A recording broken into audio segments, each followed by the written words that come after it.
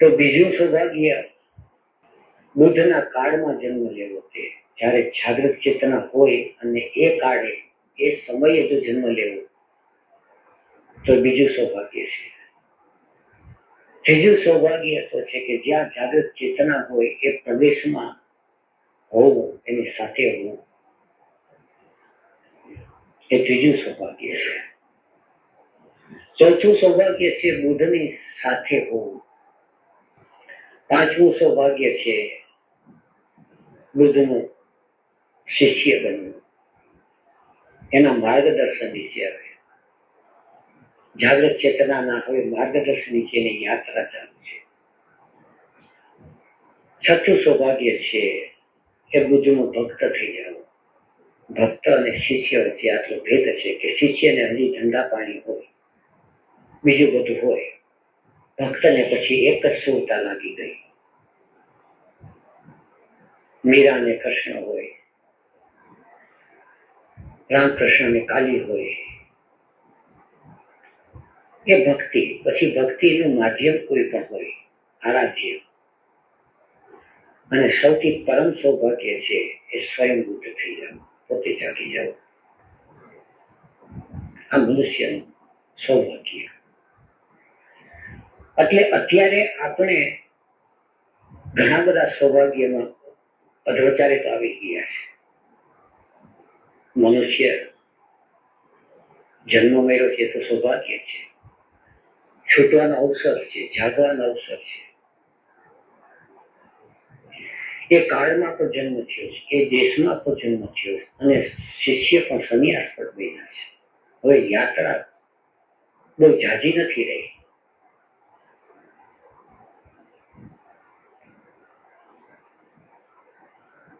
યોગ દર્શન છે એ આ સૌભાગ્યની ક્ષણને કઈ રીતે વધાવી લેવી એનું વિજ્ઞાન બતાવે છે.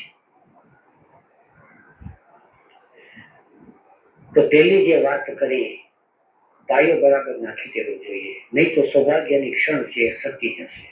ઇમોશન સેન્ટર છે, દિલની અંદર પ્રેમ, દિલમાં અહિંસા, ફાઉન્ડેશન પાકું કરી લેવું જોઈએ.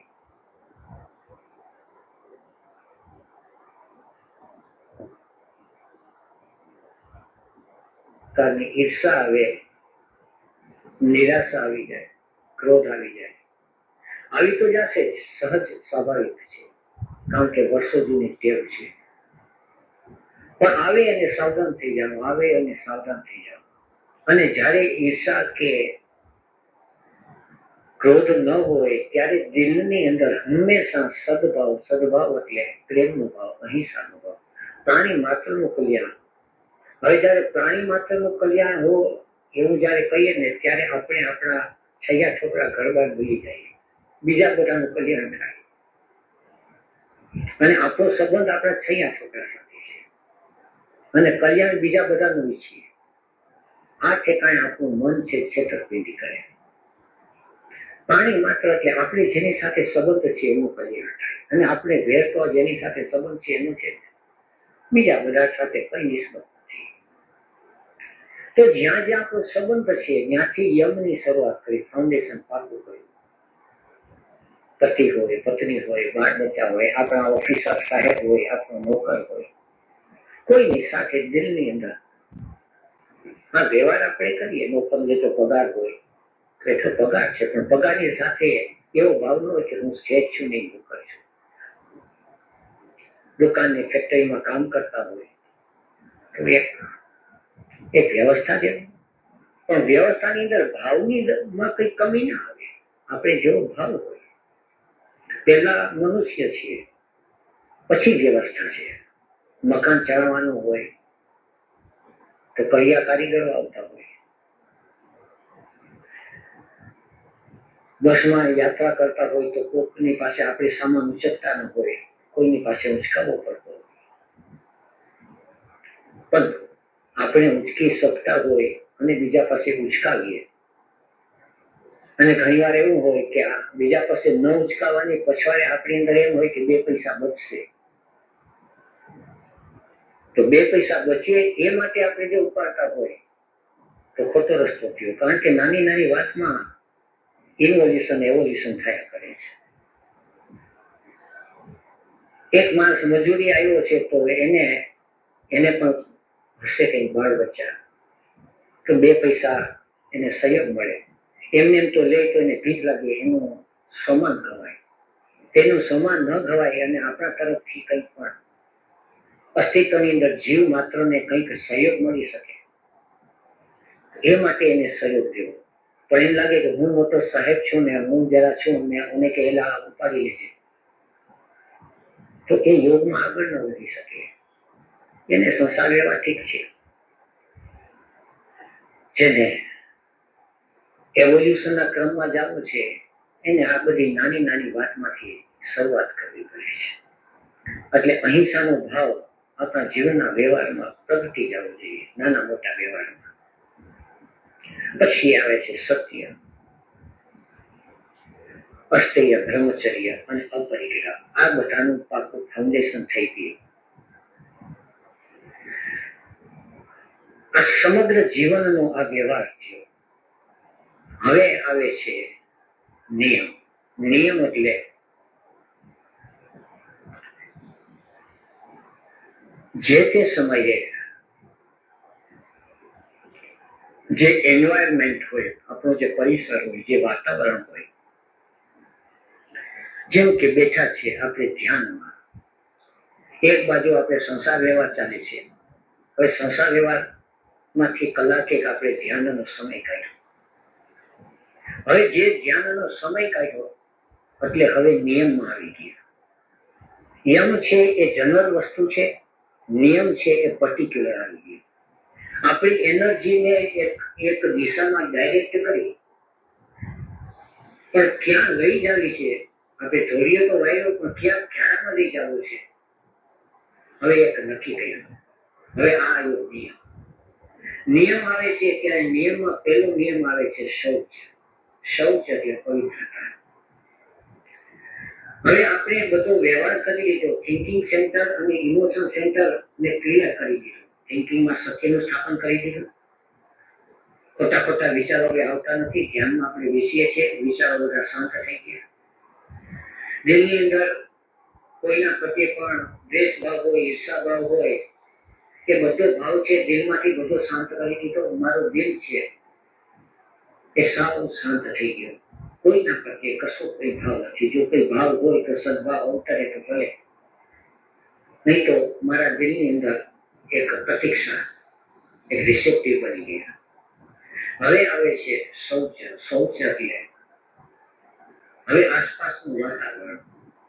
હવે આસપાસનું જે વાતાવરણ છે એ વાતાવરણની અંદર પવિત્રતા.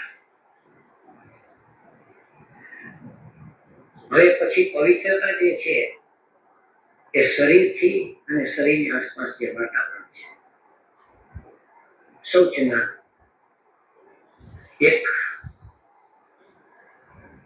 ધૂપદીપ અગરબત્તી જે ભારતીયમાં હોય, અથવા તો જે કંઈ હોય તે સાધન, કોઈ પણ સ્થાન છે તો એ સ્થાનને સાફ કરીને, દરેકને અલગ અલગ હોય પરિસ્થિતિ, તો જેટલું બને એટલું પવિત્ર. કારણ કે શૌચની સાથે તરત જ બીજો નિયમ આવે છે સંતોષ. એટલે વાતાવરણની પવિત્રતા આવી ગઈ. પછી આવે છે શરીરની પવિત્રતા. હવે શરીરની પવિત્રતા છે એ થોડો સૂક્ષ્મ વિષય છે. શરીર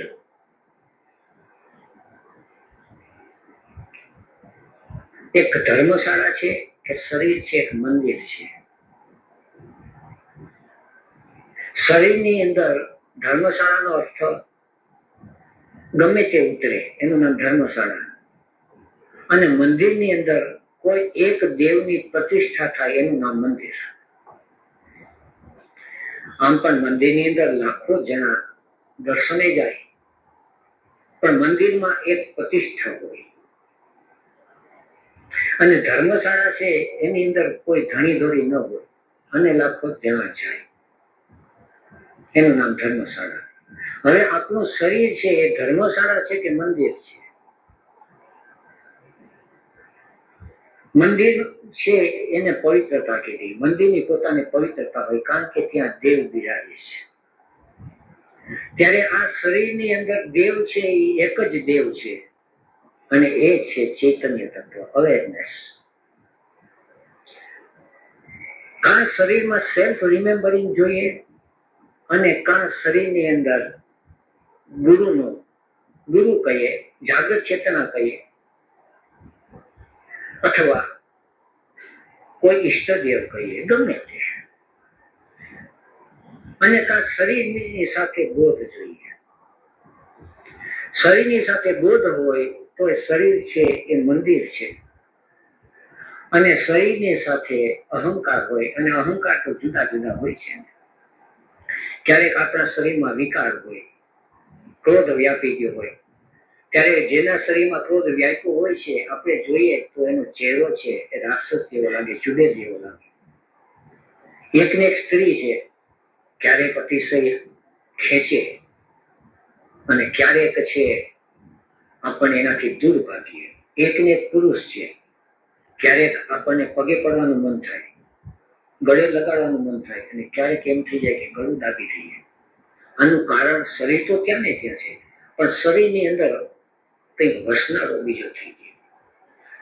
એટલે જયારે શરીરની અંદર વિકારોનું અવતરણ થાય છે, ત્યારે શરીર છે એ અપવિત્ર બની જાય છે. અને શરીરની અંદર જયારે ભાવનું કે બોધનું અવતરણ થાય છે, ત્યારે એ શરીર પવિત્ર બની જાય છે. તો ધ્યાનની અવસ્થામાં જયારે બેસીએ છીએ, ત્યારે પેલું જે જોવાનું છે એ બોડી અવેરનેસ, શરીરની અવેરનેસ. તો બોડી અવેરનેસ ને માટે આપણે ત્યાં સ્નાન, આપણે જે નાવાની જે વિધિ છે, એ નાવાની વિધિ એ શરીરને લાજ લગાવવા માટે નથી કે શરીરને મસ્તીને સાફ સુફ રાખીએ, પણ અત્યારે જે નાહીએ છીએ એમાં તો શરીર પ્રત્યે તાદાત્મ્ય વધે છે. એટલું નહીં, શરીર પ્રત્યે મોહ વધે છે. એટલે કોઈ પરંપરામાં નાવાનો નિષેધ કરી નાખ્યો, કારણ કે નાવાથી મોહ વધે. પણ હકીકતની અંદર નાવાની પછવાડી હેતુ છે કે શરીરનું સેન્સેશન થાય. નાતી વખતે જીવ છે એ થોડી વાર હાજર થઈ જાય, ભટકતું ચૈતન્ય છે, કારણ કે નાવાની ક્રિયા માત્ર માણસ જ કરી શકે છે, પશુ પંખી નાતા નથી. અલબત્ત વરસાદ પડતો હોય ને પલળતા હોય એક જુદી વાત છે, જરૂર એ નથી. માણસ કે છે કે ઓછો છે એ કલાકો સુધી નાતા, પણ નાવાની પછવાડે, કારણ કે એને શરીરની સાથે સંબંધ જાળવી રાખવો પડતો હતો. આપણીને એની હાલત બહુ અવળી છે. એ પોતાના સ્વરૂપમાં એટલા બધા હતા કે શરીરની સાથે સંબંધ રાખવો પડતો, અને આપણે એટલા બધા ભટકી ગયા છે કે આપણે જુદી રીતે સંબંધ રાખવો પડે છે. બે જુદી જુદી દિશામાં છીએ. એટલે સ્નાન વખતે આપણે શરીરની જેટલી જાગૃતિ હોય, એટલે અવેરનેસ આવી ગઈ, એટેન્શન આવી ગયું, શરીરનું સેન્સેશન વધવા માંડ્યા આપણને. એટલે શૌચ થયું. શૌચના બે પ્રકાર છે, બાહ્ય શૌચ અને આંતર શૌચ. આંતર શૌચ એટલે આપણે જે વાત કરી કે અંદર જોઈ લીધું કે કોઈ વિકાર નથી ને, ધ્યાનમાં બેસતા કોઈ વિચાર નથી ને, એટલે અંદર છે એ અંદરનો પ્રદેશ સંપૂર્ણ રીતે પવિત્ર, કારણ કે આપણે એક ચેતનાનું અવતરણ કરવું છે, ભાવનું, જ્ઞાનનું કે બોધનું. અત્યારે આપણા શરીરની અંદર વિકારો, વિચારો અને બેહોશી છે. હવે આ શરીરની અંદર કાં ભાવ દશાનું અવતરણ થાય, એને તો ભક્ત કીધું, કાં જ્ઞાન અવતરણ થાય, કોઈ દર્શનનું અવતરણ થાય તો એને જ્ઞાની કીધું, અને કાં બોધ અવતરે જો બોધ અવતરી જાય તો જીવન મુક્ત થઈ ગયું. તો કોઈનું પણ અવતરણ થાય, પણ કંઈક થવું જોઈએ. આપણી અંદર રિસેપ્ટિવિટી, આપણું દિલ છે એ ખુલ્લું હોય. એટલે શૌચ. પછી બીજો નિયમ આવે છે સંતોષ. શૌચમાં શું કીધું? સંતોષ શબ્દ છે. શૌચમાં શું કીધું?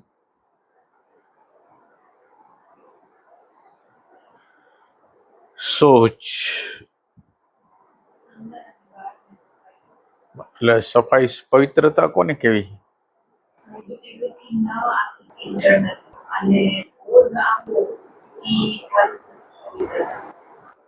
બોધ કેવી રીતે આવે?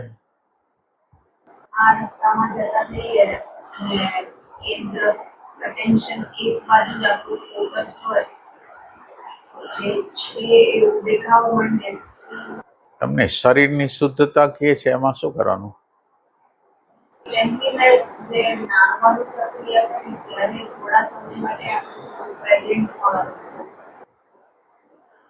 હવે નાવાનું તો આખો દિવસ નહીં હાલે. એ તો એને દ્રષ્ટાંત આપ્યું.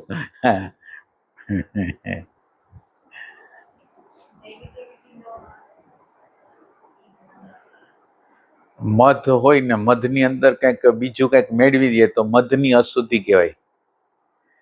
એમ શરીર, મન, બુદ્ધિ આ બધાય આપણે નથી અને આપણને એવું લાગે હું છું, એટલે એ અશુદ્ધિ થઈ. જે આપણે છીએ નહીં, એટલે ગોલ્ડની અંદર કેમ બીજી ધાતુ મેળવી, એમ શુદ્ધ તત્વની અંદર આ બધું આ જે બધું છે લોઢું મેળવ્યું છે. શરીર હું છું, ભાવ હું છું, વિચાર હું છું, એ બધી વસ્તુ છે. આની અંદર પેલો જે નિયમ કીધો એની અંદર બે મહત્વની વસ્તુ અહિંસા અને સત્ય. એટલે એમ કે જીવનની ગતિ છે એ છેલ્લી આપણી અહિંસા તરફ જવી જોઈએ. શરીર, તન, મન, આપણા મન દ્વારા, ભાવ દ્વારા કે કોઈ દ્વારા કોઈને ઈજા ન પહોંચાડી, એક વાત છે. એ અહિંસાનો એક સામાન્ય અર્થ થયો. અને એ અહિંસા ત્યાં લગીને આપણે પહોંચાડવાની છે કે બીજો છે ત્યાં લગીને હિંસા છે. બીજો કોઈ વ્યક્તિ છે જ્યાં લગીને મને એવી દ્વૈત છે કે કોક છે મારા સિવાય કોક છે, એટલે હિંસા ચાલુ થશે. એટલે નિયમ જે કીધો ને, યમ કીધો ને, એ યમ ચાલુ થશે એમ કે પહોંચવાની જગ્યા આ છે, જ્યાં બીજો નથી એ જગ્યાએ જવું છે. તો પોતાના જે નેગેટિવિટીઓ આવે છે એને ધીરે ધીરે ઓછી કરતા એ અવસ્થાએ પહોંચ્યા. કે સત્ય છે તો સત્ય અફર છે, ન બદલતી વસ્તુ છે. સત્ય છે ન બદલતી વસ્તુ છે. તો જેટલી બદલતી વસ્તુઓ જે છે, જેટલી બદલતી વસ્તુ છે એ આપણું હોવું નથી. એટલે આપણે જવાનું છે બદલતી વસ્તુને જો ચોંટી જાશું તો સત્ય લગીને પહોંચી નહીં શકી. એટલે બદલતી વસ્તુની અંદર અબદલ કોક તત્વ છે એને જોવાનું છે. એટલે આ બે મુખ્ય વસ્તુ છે. બદલતી વસ્તુની અંદર અબદલ વસ્તુ છે એને જોવા માટેનો આ નિયમ છે, સત્ય છે. હવે એ સત્ય આગળ પહોંચવા માટે પહેલા તો વ્યવહારિક સત્ય બરાબર હોવું જોઈએ. સાયકોલોજીમાંથી બહાર નીકળી જવું પડે, વ્યવહારિક ઓથેન્ટિક બનવું પડે, અને એમ કરીને યાત્રા છે. એટલે બેયની અંદર સત્યની અંદર ચેન્જેબલ નથી, અને હિંસાની અંદર આપણે જોઈએ તો જ્યાં લગીન દ્વૈત છે ત્યાં લગીન હિંસા છે, કોઈ પણ રીતે હિંસા. તો આ દ્વૈતનો અંત કરવા માટે યમ છે. પછી અપરિવર્તન જે પરિવર્તન નથી પામતું એ તત્વને જાણવા માટે સત્ય છે. અને પછી આના અનુષંગિક રીતે જે પછી હવે જો આ બે બરાબર હોય તો પછી હવે ત્રીજું જે આવે છે એ શું આવે છે? અહિંસા, સત્ય અને અસ્તેય. અસ્તેય એટલે કોઈનું લેવું નહીં કાંઈ. પછી લેવાની વસ્તુ તો ઘણી હોય, લેવાની વસ્તુ સ્થૂલે હોય, લેવાની વસ્તુ સૂક્ષ્મ હોય. કોકનું જ્ઞાન લીધું, કોક જગ્યાએથી જુદા જુદા પ્રકારના વાંચન કરીને એક નવી બુક બનાવી નાખી, તો એ ચોરી જ છે. એટલે અસ્તેય ત્યારે બનશે કે ચોરી બોરી કરવાની વાત ત્યારે આવશે કે દ્વૈત હશે તો. અને જે દેખાતી વસ્તુ છે એનું મૂલ્ય હોય અને ન દેખાતી વસ્તુ એ જેનો આધાર હોય એનું મૂલ્ય ન હોય તો ચોરી કોઈ કરશે. પણ જ્યાં જે અપરિવર્તનશીલ વસ્તુ તરફ જેની નજર છે ઈ હવે જે પરિવર્તન પામતી વસ્તુ છે એને પકડશે તો ચિત્તવૃત્તિ છે એ બહિર્મુખ થઈ જશે. એટલે અપરિવર્તન વસ્તુમાં ધ્યાન હશે તો અસ્થય આપોઆપ આવશે. કઈ લેવાની ઈચ્છા નથી, આપ તો કામ થઈ જાય, અંદર અંદર જાતો જશે, શાંતિ આનંદ મળતો જશે. અસ્થય પછી બ્રહ્મચર્ય. એટલે બ્રહ્મચર્ય તો આનો જ વિભાગ છે. સત્ય અને અહિંસા. સત્ય એટલે જે સતત રીતે જે છે અને છે સાથે જે જોડાય છે એ બ્રહ્મચારી છે. એક શાશ્વત સત્ય છે અને એ શાશ્વત સત્ય સાથે એક હોવાપણું જે વ્યક્તિગત હોવાપણું છે એ જોડાય છે એટલે બને છે શું બને છે? બ્રહ્મચર્ય. એટલે એટેન્શન અથવા અવેરનેસનું તત્વ છે એ બ્રહ્મચર્ય છે. એટલે બ્રહ્મચર્ય એટલે બધે વ્યાપકતામાં ભગવાન છે. હવે વ્યાપક ભગવાન હોય તો હવે હિંસા ન હોય. વ્યાપકતામાં જો બધે કણે કણમાં ભગવાન હોય તો હિંસા ન હોય, સત્ય હોય, અસ્થય હોય અને બ્રહ્મચર્ય હોય. અને એના પછી પરિગ્રહ, અપરિગ્રહ. તો આ પરિગ્રહની વસ્તુ ક્યારે હોય કે હું અંદર ખાલી હોઉં તો પરિગ્રહ કરું, હું અંદર ખાલી ન હોઉં તો પરિગ્રહ ન કરું. તો મને અંદરના ચૈતન્ય તત્વ સાથેનો સંપર્ક થાય, એને યારે અનુસંધાન થઈ જાય તો હું આ બધી વસ્તુ પરિગ્રહની કોઈ વસ્તુ હું કરીશ નહીં. અમુકનું એનાથી ઉલટું, પરિગ્રહને બદલે એમ્પ્ટી આકાશ રહેશે. આકાશ આપણી અંદરનો આકાશ છે એ કોઈ પણ પ્રકારના ચિત્તની અંદર કંઈ ભરેલું નહીં હોય, એ ટાઈપની વસ્તુ કે છે. એના પછી આપણે જે તપ આપણે યમ પછી નિયમ કીધો, એ નિયમની અંદર શૌચ છે, એની અંદર દેહની અંદર દેહ જ્યાં છે ત્યાં રહેવું ને, એ ત્યાંથી તપ શરૂ થાય ને ત્યાંથી પવિત્રતા ચાલુ થાય. દેહ જ્યાં છે ત્યાં હું છું. દેહ જ્યાં છે ત્યાં હું ન હોઉં તો દેહની આજુબાજુ જે પરિસ્થિતિ, ઘટના, બધું જે બનતું હોય એમાં મારી ગેરહાજરી હોય એટલે મારે શું કરવું શું ન કરવું મને કઈ ખબર જ ન પડે. એ ટાઈપે શૌચ, એમાં અંતર શુદ્ધિ, બાહ્ય શુદ્ધિ, બહારની શુદ્ધિ કરી, બહારનો દેહ સાફ કર્યો, તમે જ્યાં બેવાના છો એ જગ્યા સાફ કરી, એ બધી વસ્તુ એની અંદર આવી શકે. આપણે અગરબત્તી હળગાવતા હોય કે દીવો હળગાવતા હોય કે એ બધી વસ્તુ એનો ભાગ છે.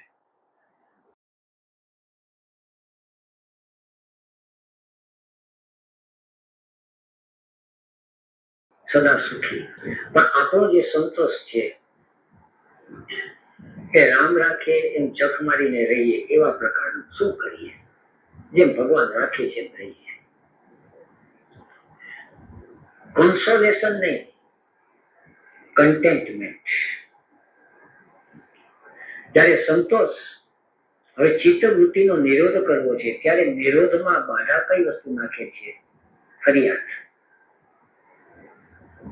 આપણી અંદર એક ફરિયાદનો ભાવ ઉઠી જાય એનો અર્થ કે જે છે એમાં સંતોષ નથી. આપણી અંદર એક વાતાવરણ છે જે મળ્યું છે. એ ઘર છે તો ઘરની અંદર ધ્યાનનો રૂમ નથી, તો જ્યાં બેઠા છે ત્યાં તો એનાથી સંતોષ. જો રૂમ બાંધી શકાય તો રૂમ બાંધો, બહાર જઈ શકાય તો બહાર જાઓ. જે કંઈ મળ્યું છે એના પ્રત્યે અનુગ્રહનો ભાવ જન્મે, પણ જે નથી મળ્યું એ ફરિયાદનો ભાવ જન્મશે તો વૃત્તિ છે એ નિરોધમાં નહીં જાય, વૃત્તિ છે ઉઠી નહીં. હવે સતત એ ધ્યાનમાં ઊંડો ઉતરશે અને સંતોષની વૃત્તિ નહીં હોય અંદર તો એને સતત એમ થશે કે છોકરા કકડાટ કરે છે, કા ઘરની અંદર ધમાલ બહુ છે, કા નિરાતે બેસવા જેટલી જગા પણ નથી. એટલે કોઈ પણ પ્રકારની અંદર ફરિયાદ ઉઠી એટલે સંતોષની વૃત્તિ જાતી રહી. હવે સમજીએ કે સંસાર વ્યવહારની અંદર સંતોષની વૃત્તિ જો આવી જાય સંસાર વ્યવહારમાં, એટલે કહેવાતા વ્યવહારમાં, તો એ ધંધો પાણી ન કરી શકે, તો ખેતીવાડી ન કરી શકે. હવે એ પડ્યો છે, કારણ કે એમાં જે સંતોષની વૃત્તિ છે એ મોટે ભાગે આળસ ને પ્રમાદની વૃત્તિમાં સંતોષ લેખાય. કહેવાય કઈ કરવાની જરૂર નથી, જે ભગવાને દીધું છે મળ્યા. એટલે વ્યવહારિક જગતમાં તમારી અગર મહત્વકાંક્ષા ન હોય ને, પ્રેરક બળ તરીકે મહત્વકાંક્ષા ન હોય તો તમે ધંધો ન કરો, નોકરી ન કરો, કંઈ ન કરો. એટલે ઈ વાત નથી આ વાત. આ સંતોષ એટલે જે વસ્તુ જેવી છે એમાં કમ્પ્લેન ન કરવી. હવે ધ્યાન કરવું છે મારે, પણ રેડિયો વાગે છે. હવે આપણા ઘરમાં આપણું તો હાલતું નથી, તો રેડિયો વાગે છે, રેડિયો કોઈ વગાડે છે અને મારે ધ્યાન કરવાનું છે. હવે હું એવી ફરિયાદ ન કરું કે આવા રેડિયો વગાડનાર ન હોય તો મને શાંતિ થાય. હવે આ રેડિયો વાગે છે, મને કોઈ પ્રોબ્લેમ નથી, તો એ સંતોષ છે. ભગવાને જે આપ્યું છે. અચ્છા, વધારે પડતું એવું છે કે જેની અંદર એમ કે આપણે ધ્યાન કરી જ ગમે નહીં, તો બાથરૂમમાં જઈને, બાથરૂમ છે એમાં જઈને આપણે ધ્યાન કરી કે જેથી કોઈને નડી નહીં. ભલે ત્યાં પરસેવો છે, બાથરૂમમાં જાય છે તો બાથરૂમ એવું છે કે એની અંદર તમે પરસેવે રેપઝેપ થઈ જાઓ છો, તો એ રેપઝેપ થઈ જાય છે છતાંય તમે કમ્પ્લેન ન કરો તો ભગવાન ખુશ થાય, અસ્તિત્વ ખુશ થાય એમ. એટલે તમસ છે એ ઓલું નથી, શું કહેવાય, સંતોષ નથી. તમસ જે હોય ને, આપણી જે ડ્યુટી આવી હોય એ ડ્યુટી બજાવવાની છે એ ટાઈપની. અને ડ્યુટી બજાવતા જે છે એમાં કમ્પ્લેન નહીં કરવાની. પતંજલિએ પ્રમાદની અવસ્થાને સંતોષ નથી. પછવાડે બોધ છે, જે કંઈ મળ્યું છે એના પ્રત્યે સાવધાની છે, જાગૃતિ છે. અને જે મળ્યું છે એ અસ્તિત્વ અને પ્રકૃતિના નિયમ અનુસાર જ મળ્યું છે. આ સામે મારી પાસે આ બધું એન્વાયરમેન્ટ છે, આ મારી પતિ પત્ની, આ છયા છોકરા, આ મકાન મિલકત, આ ધંધો, આ નોકરી મજૂરી, આ કપડા લતા, જે કંઈ મળ્યું છે. અને જીવનની જેટલી બધી સમસ્યાઓ હોય, સવારથી સાંજ લગીનની દરરોજ નવી સમસ્યાઓ હોય, તો એ સમસ્યાઓ શું કામ એને છે, કેમ છે એમ નહીં. આ સમસ્યા છે એનો ઉકેલ જે રીતે થતો હોય એ રીતે આપણે કરી છીએ. અને આવી સમસ્યા હોવી જોઈએ ન હોવી જોઈએ એવી કોઈ ચિંતા નથી કરતા કે આ સમસ્યા દ્વારા કુદરત મારું ઇવોલ્યુશનની પ્રક્રિયામાં કેવી રીતે આના ઉપર કામ કરું, એના દ્વારા હું ઇવોલ્વ થવાનો છું. એ ટાઈપની વસ્તુ છે. એના માધ્યમ દ્વારા મારે ચિત્તવૃત્તિ નિરોધ તરફ જવું છે. એના માધ્યમ દ્વારા મારે જાગી જવું છે. એટલે મળ્યું છે એના પ્રત્યે એક અનુગ્રહનો ભાવ જન્મે, એ છે સંતોષ. સંતોષ નહીં હોય તો જીવ ઉચક થઈ ગયો અને એટેન્શન ભટકવા ચાલ્યું ગયું, તો શું જોઈએ છીએ? એટલે આ જે સંતોષ આવ્યો છે એ બાહ્ય સંતોષ કીધો. બીજો સંતોષ છે આંતર સંતોષ. આંતર સંતોષ છે કે જ્યારે આપણે ધ્યાનમાં બેસીએ છીએ ત્યારે કંઈક ને કંઈક અનુભૂતિ જન્મે છે. પણ કંઈક અનુભૂતિ થાય છે એની સાથે પ્રકૃતિની રચના, પ્રપંચ એવા પ્રકારનો છે કે અસંતોષ જન્મી જાય. બસ આટલું જ, હજી કંઈક. અને અસંતોષ જેવો જન્મો બહાર તો ઠીક છે. હવે આપણે તો અંતરની સમૃદ્ધિ તો એક પછી એક મળતી જાય, પણ કેટલી મળતી જાય, ક્યારે મળતી જાય, કંઈક નવી અનુભૂતિને સમજીએ આપણે આ વસ્તુ શું છે. હજી યાત્રા કેટલી આગળ છે, પણ સંતોષની વૃત્તિ છે એ સતત રહે. આટલું તો મળ્યું છે એટલો એનો અનુગ્રહ છે. ન પણ મળે ખબર નથી. યાત્રા અંદર છે, આપણે કેને કહી શકીએ? કોણ ફરિયાદ આપણી સાંભળશે? તો ધ્યાનની અવસ્થામાં જવાને માટે સંતોષ છે. આમાં શું કીધું એને? કે જો એક આંતર સંતોષ, એક બાહ્ય સંતોષ કીધો એને. બાહ્ય સંતોષમાં તો બહારની પરિસ્થિતિઓની આપણે વાત કરી કે બહારની પરિસ્થિતિઓ ગમે તે હોય તો એનો અહોભાવ માનવાનો, ફરિયાદ નહીં કરવાની, તો એ સંતોષ છે.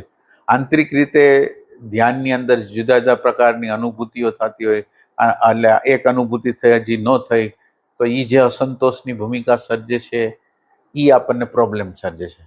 કોઈ એક પ્રકારનો મને અનુભવ થયો હોય, બીજી વાર પાછો આવે તો એ અસંતોષની ભૂમિકા છે.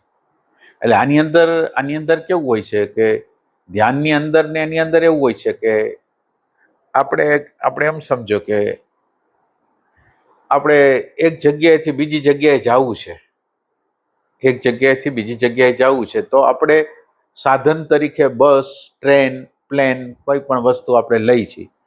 પછી સાધનમાં બેઠા પછી આપણે કઈ વિચાર કરી છીએ કે સાધન ત્યાં લઈ જાય. એમ સાધન શું છે? તો કે સાધન છે એ જાગૃતિ કયો, અવેરનેસ કયો, એ સાધન છે. હવે આ સાધન ઠેઠ પરમ તત્વ લગીને લઈ જવાનું છે. તો હવે તમારે કામના નથી કરવાની, વૈશ્વિક ઇન્ટેલિજન્સને કામ કરવા દેવાનું છે. તમે ખાલી આમાં અવેરનેસમાં રહ્યો એટલે તમારે જે જગ્યાએ પહોંચવાનું છે. એટલે આની અંદર એમ કહેવાય છે કે જે અનુભૂતિની ઈચ્છા છે એ બુદ્ધિની છે. મને કે હું ધ્યાન કરું છું, ભજન કરું છું, ગમે કરું છું, તો અંદર મારે આંખ વીંચું છું, મને સાક્ષાત્કાર જોઈ છે, મને આત્મ સાક્ષાત્કાર જોઈ છે, મને પરમાત્માનો સાક્ષાત્કાર જોઈ છે. એટલે તમે બેસો છો તો એની અંદર એક કામના છે. તો હવે આ કામનાને જ આપણે અસંતોષ કહી છીએ. હવે આ કામના છે એ ઊભી શું કામ એમ થાય છે? સાક્ષાત્કારની એની કામના કેમ ઊભી થાય છે? ના, એટલે કામના પેદા થવાનું કારણ એ છે કે બુદ્ધિની અંદર આ કામના ઉઠે છે. હવે આ કામના ઉઠવાનું કારણ એની આગળ અણસમજ છે. અણસમજ શું છે? કામના ઉઠવાનું કારણ શું છે? તમે અવેરનેસ, એટેન્શન તમારી હારે છે, તો હવે અવેરનેસને એટેન્શન જ ત્યાં પહોંચાડી દેશે. કામનાની કઈ જરૂર નથી. કામનાની જગ્યાએ, બરાબર સમજો, કામનાની જગ્યાએ અવેરનેસનું તત્વ કામ કરશે. અવેરનેસ જે જગ્યાએ લઈ જવાનું છે એ જગ્યાએ લઈ જવાનું છે. એટલે હવે બુદ્ધિનું તત્વ દ્રશ્ય થઈ ગયું. જે કામના કરે છે એ બુદ્ધિનું તત્વ છે એ દ્રશ્ય થઈ ગયું. એટલે બુદ્ધિ જે કામના કરતી હતી ને, મને એમ થતું હતું કે હા મને આમ થાય, આમ થાય, આમ થાય, આમ થાય, એ હવે બંધ થઈ ગયું. હું અવેરનેસના પ્રકાશની અંદર યાત્રા કરું છું અને અવેરનેસ હવે મને જે જગ્યાએ લઈ જાય એ રીતે હું હાલું છું. અને વૈશ્વિક ઇન્ટેલિજન્સ જે આપશે એ બરાબર જ આપશે. એટલે કામનાથી માણસો સાધના કરતા હોય તો આ સાધનામાં કામનાની જરૂર નથી. તમારે ફક્ત નક્કી કરવાનું છે કે તમે જે સાધન અપનાવ્યું છે એ સાધન ન્યા લગીને પહોંચાડી શકશે કે નહીં. એટલે બુદ્ધિની નિષ્ક્રિયતા થઈ જશે, એમ કહેવાનું.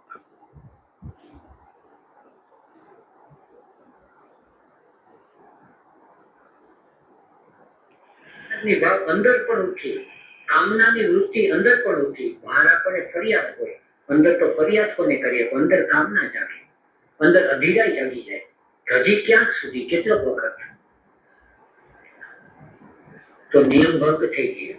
અને નિયમ ભંગ થઈ ગયો કે ઘટના છે એ અવતરી થાય, અટકી જાય. એટલે નિયમ ભંગ એટલે બીજો નિયમ છે એ સંતોષ. આ બે પૂરું થયું પછી તપ, સ્વાધ્યાય અને ઈશ્વર પરિણામ આ નિયમ છે. પણ યોગ દર્શનનો પ્રારંભ કર્યો ત્યારે ખ્યાલ હોય સાધન પાદમાં, તો તપ, સ્વાધ્યાય અને ઈશ્વર પરિણામ એ ક્રિયા યોગ કીધું.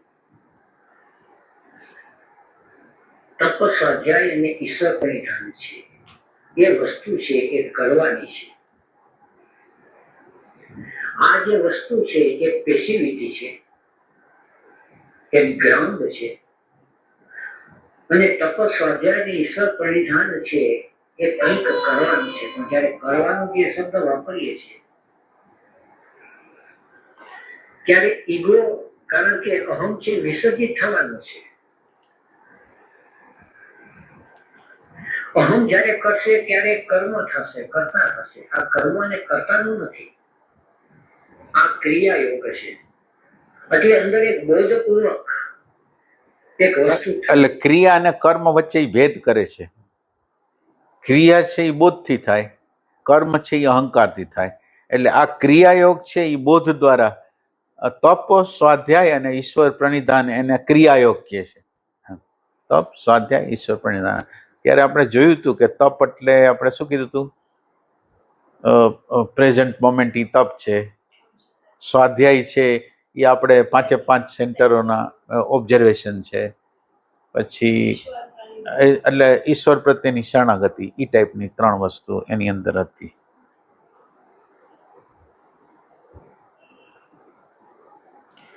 એટલે આની અંદર શૌચ, સંતોષ અને તપ, સ્વાધ્યાય અને ઈશ્વર પ્રણિધાન, તો 3 આવી જ ગયેલું છે. બરાબર.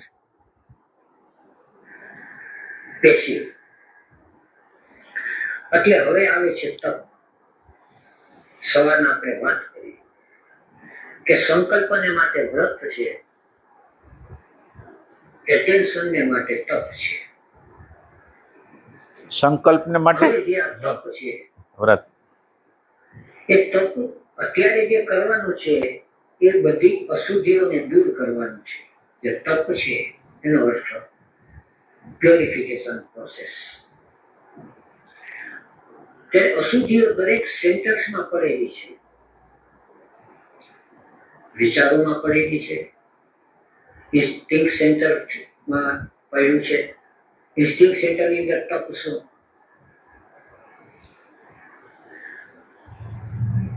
ખાવા બેઠા છે અને સ્વાદ આવતો નથી, બેઠા છે અને સ્પર્શ થતો નથી, આંખ છે તો જુએ છે તો એમાંથી એને કઈ મળતું નથી.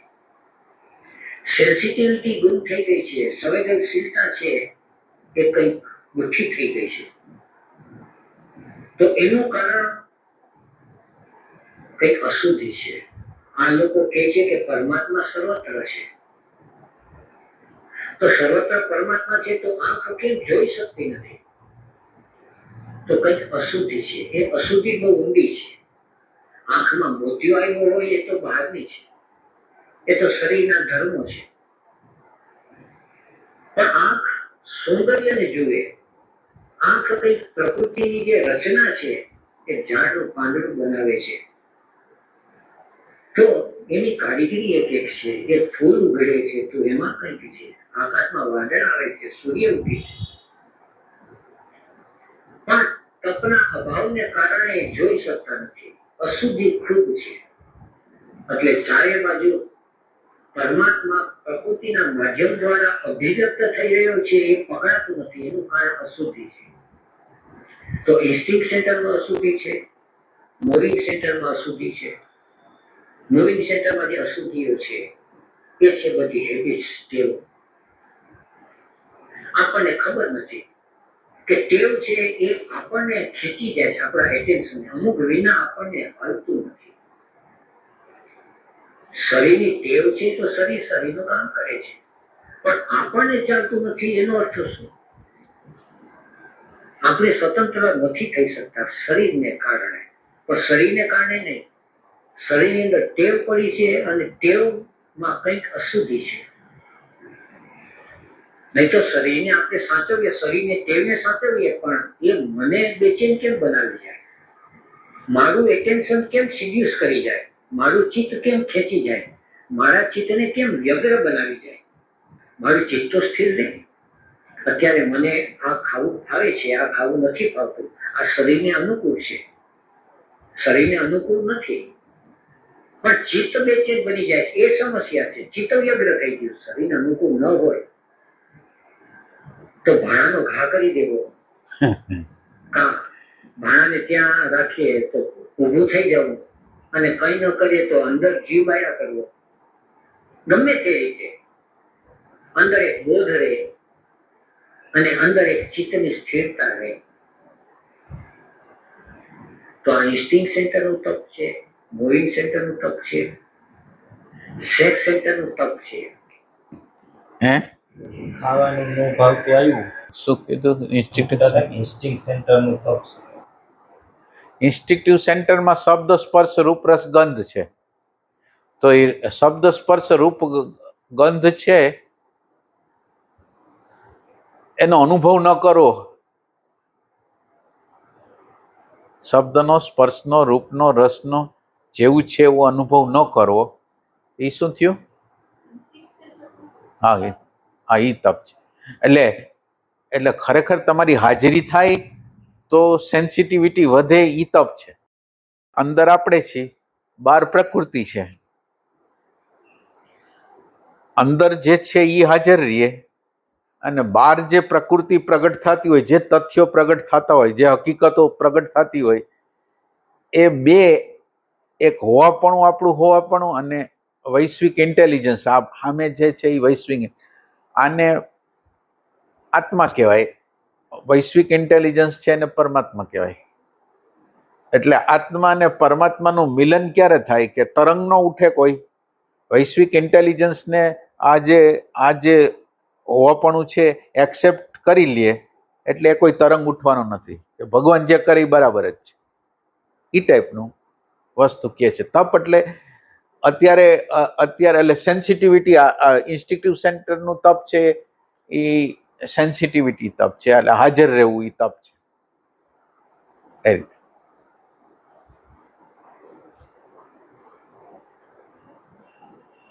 છે. થોડું મુશ્કેલ છે પણ તપ.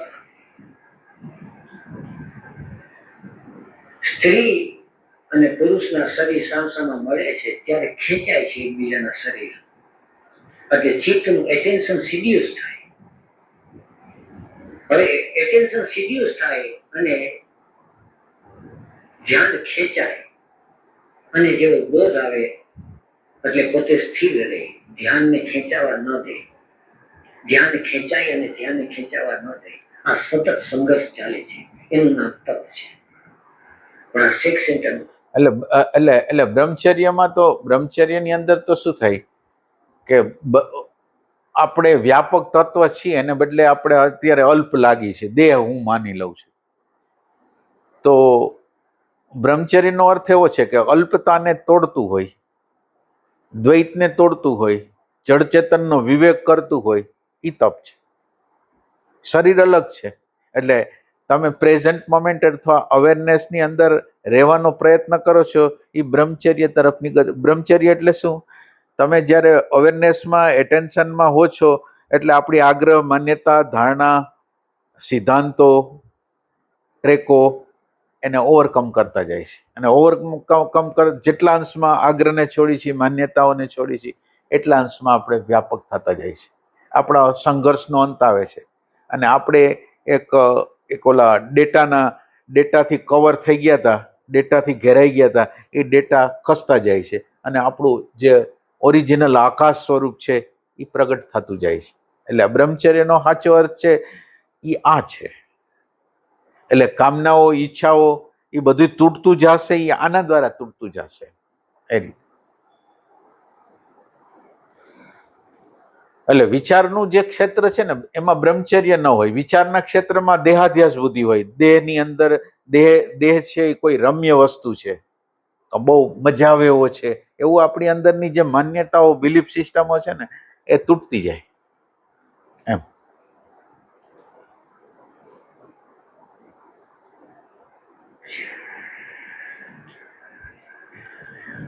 ઇમોશન સેન્ટરનું તપ છે. ઇમોશન સેન્ટરનું તપ છે કે લાગણીમાં ખેંચાઈ જાય. દીકરો આવ્યો તો એમાં જીવ ખેંચાય, દીકરી આવી, વહુ આવે અથવા આપણો ફ્રેન્ડ્સ આવે તો આપણો જીવ ખેંચાય, પણ ખેંચાય નહીં અને સ્થિર રહે.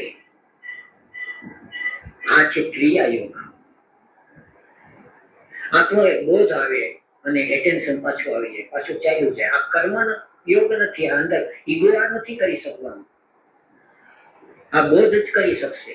બોધ આવશે પણ ઈગો છે એ કહી દે કે સ્ત્રીમાં જીવ ખેંચાય છે ને મારે કાંઈ નહીં, એને મારે કાંઈ નહીં. આ 6 છોકરામાં જીવ ખેંચાય છે તો 6 છોકરાને મેં છૂટા કરી દીધા, હવે મારે ને એને કશું નથી. તો કાયદા કાનૂનથી જે કંઈ છૂટું કરી દે છે કે આ સંસારમાં મારો જીવ ખેંચાય તો મેં સંસાર છોડીને ચાલ્યો ગયો, તો આ ક્રિયાયુગ નથી, આ તપ નથી. આ તો આ અહમનું એક બીજું, આ પ્રકૃતિની માયાનો બીજો ખેલ છે. એ ક્યાંક ને ક્યાંક જીવ ચોટે, ક્યાંક ને ક્યાંક. કારણ કે જાગૃતિ જયારે છે તપ, અને તપ બહુ ગહેરું છે, તો ઇમોશન સેન્ટરનું એક તપ છે. લાગણીનો પ્રવાહમાં ખેંચાઈ જાય અને પોતે જાગૃત થઈ જાય. ખેંચાઈ જવું એ ગુનો નથી. જીવ છે ખેંચાય, આ તો એની માયા છે. પણ જાગતા નથી એટલે પીડા થાય.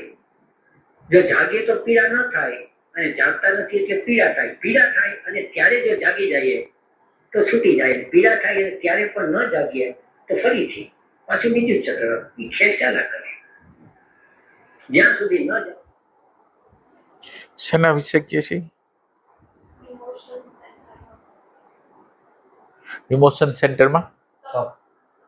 એ કેવી રીતે કરવાનું?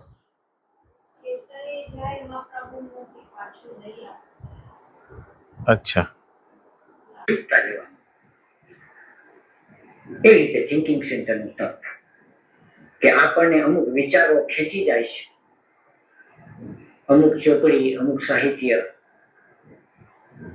તો આપણે ખેંચી જાય છે કે આપણે એટેન્શન પે કરીએ છીએ. ખેંચી જાય ત્યારે અવેર થઈ જાવ. આપણે કોઈને કોઈ વસ્તુ છે, કોઈને કોઈ વાતો છે એ આપણને ખેંચી જાય. જસ્ટ બી અવેર. ક્યારે પણ ખેંચાઈ ગયા કે અવેર થઈ જાય એ છે તપ. પછી આ જે છે ક્રિયા થઈ, પછી આવે છે સ્વાધ્યાય. સ્વાધ્યાય છે એટલે હવે પોતે સેલ્ફ ઓબ્ઝર્વેશન. હવે પોતે ક્યાં ક્યાં અંદર શું શું પડ્યું છે, દરેક સેન્ટર્સમાં શું શું પડ્યું છે, થિંકિંગમાં શું પડ્યું છે. એટલે આપણા વિચારની અંદર અમુક અમુક ગાંઠો પડી હોય. કોઈ વ્યક્તિ માટે પ્રેજ્યુડાઇસ હોય, કોઈ કન્ડિશનિંગ હોય સંપ્રદાયના, ધર્મના, એવા બધા. તો એ બધા જોઈ લેવા થિંકિંગ સેન્ટરમાં. ઇમોશન સેન્ટરમાં બધી ગાંઠો પડી હોય. સંસારની અંદર તો ઘણી બધી ઘટનાઓ બને છે. એ ઘટનાઓની ગાંઠો અંદર પડી જાય, અમુક કામનાઓ પડી હોય. એવી રીતે ઇમોશન સેક્સ સેન્ટર. બે વચ્ચેનો ફરક શું છે? થિંકિંગ સેન્ટર અને ઇમોશન સેન્ટર વચ્ચે? ઇમોશન સેન્ટરમાં ગાંઠ પડી જાય, આમાં શું થાય? ઇન્ટેલેક્ચ્યુઅલ સેન્ટરની અંદર પ્રેજ્યુડાઇસ ના, આપણી અંદર પ્રેજ્યુડાઇસ, આગ્રહો, બીજું શું કીધું? પ્રેજ્યુડાઇસ, આગ્રહો, કન્ડિશનિંગ, આ બધું થોટ વિભાગમાં, થિંકિંગના વિભાગમાં આવે. અને ગાંઠ છે એ ઓમાં આવે, ઇમોશન સેન્ટર. ઇન્સ્ટિંક્ટ સેન્ટર દરેકમાં બધું પડ્યું હોય એનું સ્વાધ્યાય, સેલ્ફ ઓબ્ઝર્વેશન. અને ત્રીજું છે ઈશ્વર પરિણામ. ઈશ્વર પરિણામ એટલે આ બધું જે કર્યું છે એ કર્યા છતાંય પણ આપણી અંદર રહેલી અસ્મિતાનો ક્લેશ છે ને, એને હંમેશા એમ લાગે કે આ બધું મેં કર્યું છે. અને એ ક્લેશ છે એના પ્રત્યે સાવધાન થઈ જવાનું. ઓબ્ઝર્વેશન થઈ જાય, ક્રિયા થઈ જાય, છતાં બધું ઓબ્ઝર્વેશન કરે છે કોણ? આ બધી ક્રિયા કરી કોણે? તપ કોણે કર્યું? સ્વાધ્યાય કોણે કર્યો? તો છેલ્લે એમ થઈ જાય કે મેં કર્યું. એ મેં કર્યું એવું થાય ત્યારે આપણે ત્યાં કહેવાતું કે જે કંઈ કર્યું હોય છે એને હરિઓમ તત્સત. અત્યારે આપણે પણ હરિઓમ તત્સત.